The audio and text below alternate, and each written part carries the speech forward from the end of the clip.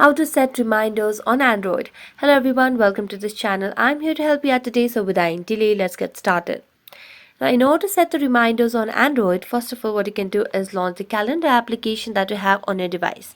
You can also download Google Calendar, but it will work with any calendar that you have on your device. So if you want to set a reminder, what you can simply do is tap on the date.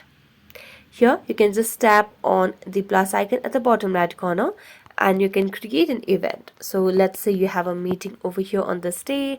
You can select on the date over here and the time as well. And then you can select if you want to have a repeated reminder. Then tap on reminders on when you would want to be reminded of.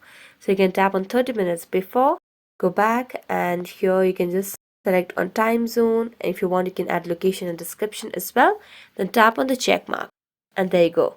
Now you'll be setting the reminders on Android. So thank you so much for watching this video. See you next time.